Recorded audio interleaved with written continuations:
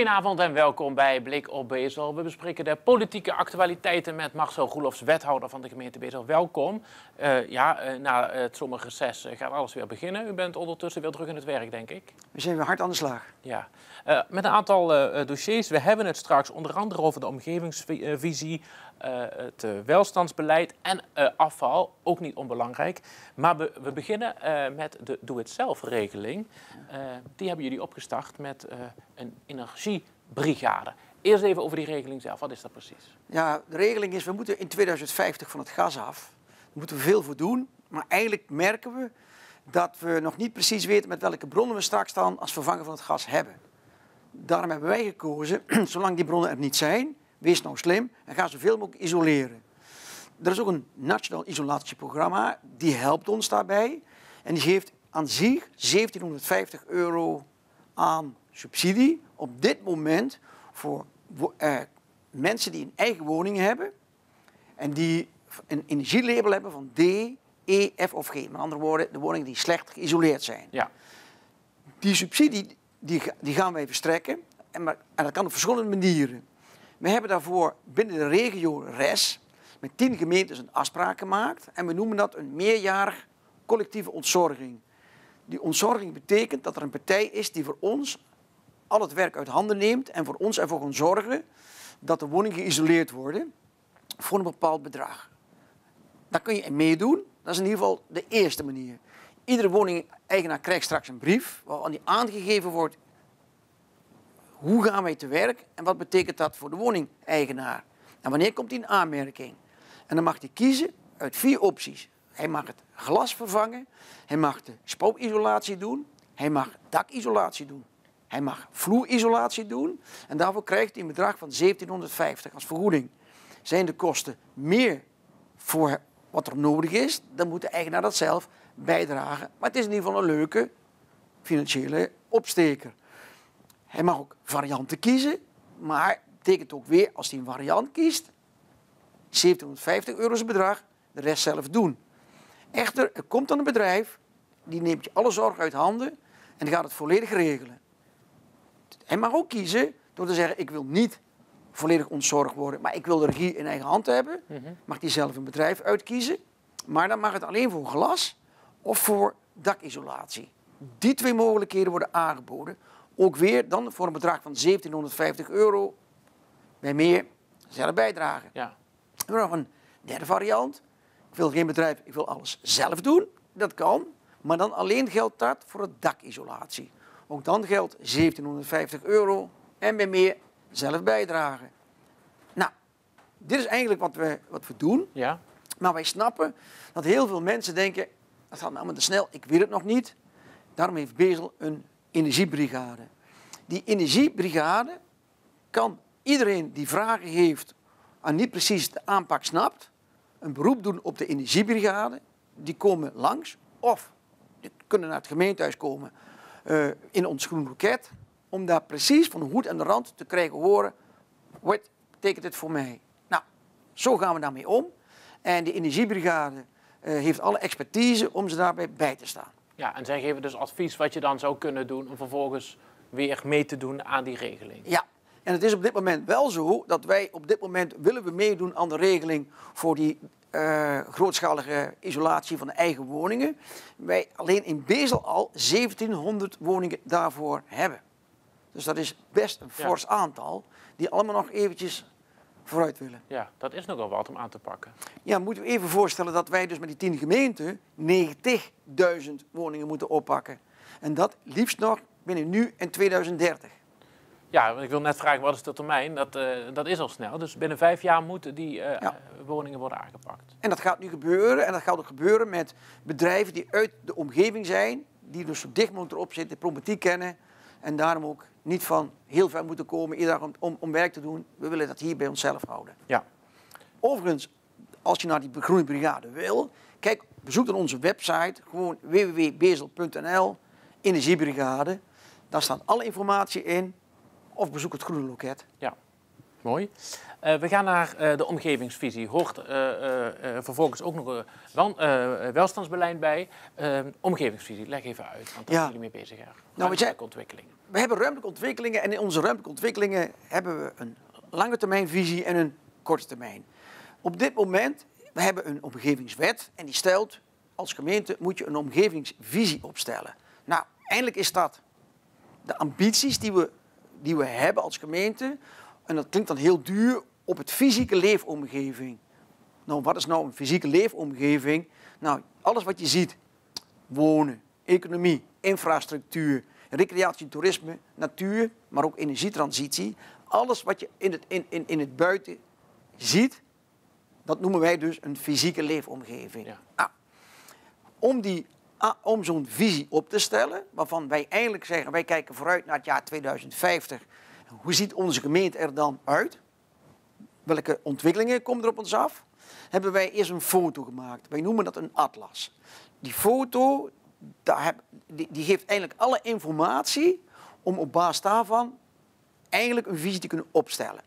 En daarvoor hebben we ook een participatieproces gevolgd.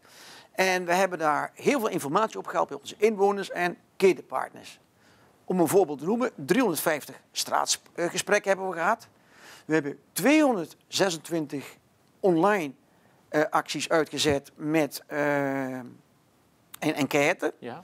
En we hebben voor een groep die we heel moeilijk konden bereiken, want die heb je soms, op een hele laagdrempelige manier laten deelnemen aan een discussie. Dat noemen ze tegenwoordig swipocratie. En dat is eigenlijk dat je dus zegt, de deelnemers swipen in 2 minuten door beelden en stellingen om een mening te geven. Je ziet een beeld en je moet eigenlijk binnen 3 seconden zeggen, ik wil die of die. Ja. En zo door.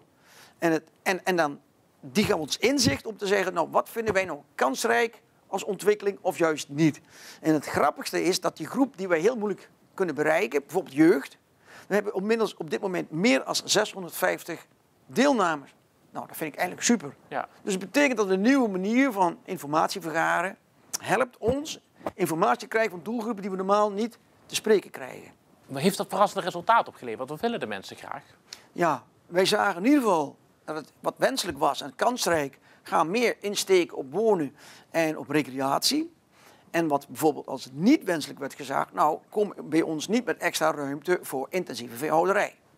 Nou, op basis daarvan, die informatie die we hadden en de atlas die we hadden, hebben we 3 scenario's opgesteld. En 1 scenario was beheersel op eigen kracht. Dus wat we hebben, houden we, weinig groei. Het tweede scenario was innovatief en recreatief, waarvan een maximale groei van 1000 woningen in de vooruitzicht ligt. En 3, we willen een forense gemeente zijn van formaat. We groeien met, pak een beet, 2000 woningen. Die scenario's hebben we ook voorgelegd aan de raad. Daar hebben we mee gespaard. We hebben gespaard met het college uiteraard. En we hebben gespaard met een hele afspiegeling van de gemeenschap die goed bezocht was. Daar hebben we zoveel informatie uit gekregen dat we die nog gaan uitwerken naar een koersdocument. En dan gaan we eigenlijk daar 3 kernambities in formuleren. Die stelt de huidige gemeenteraad nu nog vast. En als die koers vastgelegd is, dan gaan we hem uitwerken naar een volledige omgevingsvisie. Maar dat doet de nieuwe gemeenteraad. We vinden het ook belangrijk dat wij, dat zegt nu ook de huidige gemeenteraad, we willen nog niet voor dat stuk over onze eigen graf heen regeren. Dat moet de nieuwe gemeenteraad doen. Nou, daar hebben wij gezegd, dat gaan we dan doen. Ja, die wordt volgend jaar in maart gekozen. Dus precies. In die periode zitten we. En staat al vast welke van die scenario's dan gekozen wordt? Of heeft dat koersdocument nog wat algemene uitingen? Nou, dat is mooi dat u dat vraagt. Wat we eigenlijk zeggen, we hebben 3 scenario's. Maar het kan niet zo zijn dat je zegt, het wordt scenario 1, 2 of 3. We halen van ieder scenario de mooie dingen eruit die onze bevolking, de participatie, maar ook de gemeenteraad vindt, dat moet het zijn. Dus je maakt eigenlijk van 3, haal je het beste eruit en daar gaan we de koers op laten varen. Ja. En uiteindelijk dus die visie wat daarna komt. Dat klopt. Wat is het verschil tussen die 2 voor de inwoner? voor de visie en de koers. Ja? Nou, het is het proces om te komen tot een visie. Dus er is geen verschil. Het zit allemaal, maakt deel uit van het proces. Ja, en koers ligt natuurlijk ook aan welke stappen er gevolgd worden om tot die visie te komen. Precies. Ja. Dus dat loopt nu. Dat is in ieder geval een lange termijn. Ja. Kunnen de mensen nog meedenken of dat project is, of proces is afgerond? Het proces zit nu in het feit dat wij gezegd hebben, de participatie is voorbij. We zitten nu echter op het moment dat we gaan zeggen, de beslismomenten zetten bij het college en bij de gemeenteraad. Ja, mooi. Dat heeft ook te maken met bijvoorbeeld inrichting van de woonruimte, woonomgeving. Mantelzorgwoningen is iets wat vaak voorbij komt. Ja. Het zal ongetwijfeld daarin ook voorbij komen. Ja, wat we merken is dat dit duidelijk voor de lange termijn is. Wat voor gemeente wil je zijn in 2050? Maar we hebben ook een situatie voor nu. Het college was van mening dat we in 2 zaken sowieso aan een versoepeling toebeharen. We noemen dat het welstandbeleid en het mantelzorgbeleid. Nou, u begint over het mantelzorgbeleid. Nou, daar kan ik wel wat over zeggen. Versoepeling van mantelzorg, dan zeg je, hoe dan? Nou, wettelijk gezien hebben we een mantelzorgwoning. Dat is allemaal al geregeld. Daarvan, je moet gewoon, als je een indicatie hebt, en die kun je krijgen bij een huisarts of bij een wijkverpleegkundige of via een gemeente aangewezen adviseur, dan kom je in aanmerking voor een mantelzorg als je aan die voorwaarden voldoet. Ja. Dat is vergunningvrij. Punt. Maar een heel grote groep merken we dat die nu nog niet zo'n mantelzorgindicatie krijgen, maar eigenlijk wel behoefte hebben al, ik wil alvast inspelen op een situatie die toekomstig mijn zorgvraag kan beïnvloeden. En daarom hebben wij geïntroduceerd het zogenaamde premantelzorg. En dat is eigenlijk een beleid waarvan we zeggen, je kunt zelfstandiger wonen in de eigen woning om daar te kunnen verblijven. Vooruitlopend op, misschien straks heb ik de indicatie wel, kom ik in aanmerking voor mantelzorg en gaat dat naadloos in elkaar over. Ja. Dus met andere woorden, je denkt alvast een beetje vooruit. Nou, wat moet je dan aan voldoen? Er zijn wel wat eisen aangesteld. Ja. In ieder geval moet er een sociale relatie zijn tussen de verzorger en de zorgontvanger. Dus familie of dergelijke. De mantelzorg, de premantelzorgwoning moet in ieder geval geschikt zijn voor mantelzorg en moet zich binnen het bouwvlak van de woning bevinden. Dus je kunt hem niet, bij wijze van spreken, als je zelf woont en dan 500 meter verderop denkt, daar ga ik mijn mantelzorg moeten. Precies. Dat willen we dus niet. Het moet dus echt wel directe relatie zijn. En als je een mantelzorgwoning hebt of een gebouw, geldt die voor 10 jaar. En als die niet meer bewoond wordt, moet je binnen 4 maanden feitelijk dat ding weghalen. Ja. Is het vergunningsvrij? Deze is echter niet vergunningsvrij. En dat betekent dus dat we op basis daarvan wel een vergunningaanvraag verwachten. Ja. Wat we eigenlijk wel zien is, omdat we voor die 10 jaar termijn hebben gekozen. Stel, je bent nou 55. En je denkt, ja, ik weet het niet helemaal zeker, maar toch, kinderen zijn misschien al weg. Je vraagt dat aan en je krijgt dat. En je bent misschien 65, dan denk je bij jezelf, oei, ik ben heel blij dat ik het al in die positie zit. Ja. Want nu, nou ja, daarom hebben wij gekozen, die 10 jaar, meestal gaat het vanzelf over, dat er dan wel een termijn is dat je denkt dat die indicatie voor mantelzorg er wel via de huisarts komt. Ja. En dan ben je vergunningvrij en dan mag dat ding blijven staan. En dit is natuurlijk wel een van de voorbeelden om de doorstroming op de woningmarkt mogelijk te maken. Dat is een hele mooie toevoeging, want juist daarom denken wij ook dat je een doorstroom gaat krijgen. Ja. Wordt er al veel gebruik van gemaakt, van zo'n mantelzorgwoning? We zijn wel, ja, mantelzorg. We zien dat er meer aanvragen komen. En daarom vinden we het ook heel belangrijk om ook die premantelzorg te pakken. We zeggen mensen, let even op, dit kan. Ja. Dat is een van de voorbeelden voor dat welstandsbeleid. Zijn er nog meer zaken die u aan wil stippen? Ja, voor welstand. We vinden dat het huidige welstandbeleid was aan vernieuwing toe. Het is complex, vonden we, en het werkt ontzettend vertragend. En iedereen ziet wel dat als je in de volksmond die zo'n welstandscommissie heeft, iedereen vindt er wat van. Waar bemoei je zich mee? Vind je dit nou terecht of niet? Goed, daar kan iedereen van alles over vinden, maar wij dachten, is het nog van deze tijd om die bemoeienis te hebben? Of moet je zeggen, vinden wij dat die kozijnindeling, als je het daarop aan de wegkant, of die gewijzigd moet worden en daar een welstandadvies voor nodig is, of dat er een vergunningplichtige dakkapellen nog steeds door welstand moeten bekeken worden, of een vergunningplichtige erfafscheiding, dat daar welstand iets over moet zeggen, vinden wij niet meer van deze tijd. Dus deze maand komt er in de gemeenteraad een voorstel waarvan wij in grote lijnen nu het voorstel gaan doen voor het hele grondgebied welstandsvrij te maken, behalve op aangegeven uitzonderingsdelen. Nou, wij noemen die bijvoorbeeld een beschermd dorpgezicht met monumenten. Nou, nieuwbouw en uitbreidingslocaties willen we ook nog een toets op hebben, maar ja, en uiteraard voor heel grootschalige woningbouwprojecten. Maar dat is eigenlijk wat wij van zeggen, daarvoor willen we nog een toets op hebben. Anders welstandvrij. Ja, dus dat betekent wat versoepelingen. Aan de andere kant, bij gemeentelijke monumenten en dergelijke, houdt u het beleid vast. Er zijn natuurlijk altijd welstandscriteria, en dat is ook terecht. Het is niet voor niets dat wij bepaalde gebieden aangewezen hebben en daar ook je ruimtelijke kwaliteit op wil behouden. Dat is ook goed. En wij zien ook, als wij grootschalige uitbreidingen gaan toestaan, wij tegenwoordig daar ook werken met een speciale gebiedskwaliteitseisen, om daarvan te zeggen, nou, als je wilt bouwen, moet je daaraan voldoen. Ja. Met andere woorden, je zorgt ervoor dat je een stuk kwaliteit wel meegeeft. Ja, en dat heb je via andere wegen dus ook al... Precies. Maar kleine dingen geeft de vrijheid aan onze eigen inwoner. Ja. We gaan naar het afval toe. Daar zijn al in het afgelopen jaar wat maatregelen genomen. En de inwoners gaan er ook wat in dit jaar, eind van dit jaar, van merken, toch? Ja, want met een heel mooi woord, de implementatie, dus het echte gebeuren, dat staat nog aan de vooravond te gaan gebeuren.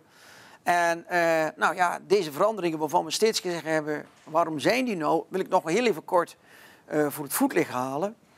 Als wij merken dat hoe meer grondstoffen we willen hergebruiken, daarvoor hoeven we veel minder te verbranden. En juist die schone grondstoffen leveren heel veel geld op, maar het verbranden kost ons heel veel geld. En we zien dat op basis van de huidige manier hoe wij de inzameling doen, dat er steeds meer vervuiling komt bij de goede, schone grondstoffenstromen. En daarom wij die allemaal afkeur krijgen van de verwerker, daar heel veel geld voor moeten betalen en zeggen, als we het zo door blijven gaan, kost ons dadelijk als burger, want dan moeten die afvalstoffenheffing uiteindelijk flink omhoog doen, heel veel geld. Dus we willen daarvan af. En uiteraard voldoen we daarmee ook natuurlijk aan de hele discussie dat wij afval niet meer als afval zien, maar als grondstof. Ja. Want het raakt op de grondstof. Dus het mes snijdt aan twee kanten. Betekent straks bijvoorbeeld GFT 1 keer in de 2 weken opgehaald in de container, PMD 1 keer in de 2 weken in een zak en restafval in de container die 1 keer per 4 weken komt. Precies. Dat zijn de ontwikkelingen die we nu gaan doen. En vanaf december gaan ze ook echt in. We zijn nu met alle voorbereidingen bezig. En denk bijvoorbeeld aan de aanschaf van een hele aanbesteding voor die nieuwe bakken. Ja. Dat is niet even zomaar geregeld. De afgifte van waar kun je die plastic PMD-zakken krijgen. En hoe gaat het in zijn werk. Het hele communicatietraject om de mensen duidelijk te maken. Hoe doen we dat nou? Nou, dat communiceren bijvoorbeeld, daar zijn we al in het voorjaar mee gestart door tips te geven over de aanstaande veranderingen naar onze inwoners. En dat doen we binnenkort ook in met gemeentenieuws op de lokale puikpagina die we hebben. En op de sociale mediakanalen. We delen ook binnenkort een video waar precies wordt uitgelegd wat gaat er nou veranderen en wat is daarvoor nodig. En ik wil toch iedereen aanraden daar eens goed naar te kijken, omdat daar op een hele laagdrempelige manier uitleg wordt gegeven over, dit betekent het voor mij, zo moet ik het doen. En bij vragen, altijd bij ons, terecht. Ja. Overigens, in juni hebben alle inwoners al een huis-aan-huis brief gekregen over de veranderingen, om daar kennis van te nemen, van wat gebeurt er voor mij en hoe dan. In oktober krijgt iedereen een zogenaamde informatiedoosje, waarin staat de eerste PMD-zakken van, en hoe gaat dat en hoe moet dat? Dan volgt er in november een brief met hele praktische informatie, want we gaan de restcontainers die bijvoorbeeld ook op het achtergrond ziet, die gaan we vervangen. Ja. Dan staat precies aangegeven hoe gaan we dat doen. En voor echte informatie die we zeggen, nou, ik wil het toch nog eens rustig laten beklijven, hoe zit dat nou? Kijk op www.bezel.afval om daar nog eens heel goed te kijken van welke veranderingen afval ophalen nou precies inhoudt. En mocht het dan echt nog zo zijn dat ik het niet weet, bel de gemeente op, vraag naar de afdeling afval en grondstoffen. En die zullen dan iedereen te woord staan en ingaan op in ieder geval als er problemen zijn of niet. Ja, want als je op die site kijkt, zie je altijd heel veel voorbeelden. Dus daar word je al echt goed geholpen. Wat je wel en niet waarin moet doen. Dus eind van het jaar moet het zo zijn dat iedereen die nieuwe manier van afval gaat gebruiken. Ja, het zal, en dat is bij ieder afval zo, even met horten en stoten gaan. Maar uiteindelijk doen we het dat de mensen echt denken, het scheelt me heel goed in de portemonnee. En 2, we gaan ook echt een goede koers varen over dat grondstoffen behouden moeten worden en dat het geen afval is. Succes daarbij. We spreken elkaar vast eerder, denk ik. Dankjewel, Marcel Roelofs, voor de uitleg en succes met al het werk. Dit was het voor deze week. Bedankt voor het kijken.